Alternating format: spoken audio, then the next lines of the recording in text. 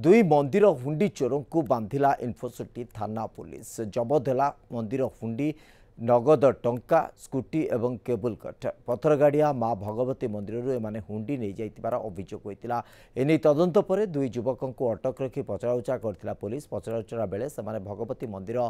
Gate भांगी हुंडी चोरी कर नहीं जाइतिबा बेले पूर्व पटिया स्थित कपिलेश्वर मंदिर एवं नीलाद्री विहार हनुमान मंदिर में चोरी करथिबा स्वीकार करथिले। दुई अभियुक्त पटिया अंचल एक घरोई कॉलेज बीटेक छात्र होइतिबा बेले सेमानक नाम हला एसके रहमान एवं शिवांशु दास सेमानकर पाखरु नगद 2000 टंका गोटे हुंडी तार काटिबा कटर छुरी आरी एथि सहित गोटे स्कूटी जबत होइछे। सेमानकु गिरफ करी कोर्ट चालान करिछि इन्फोसिटी थाना पुलिस।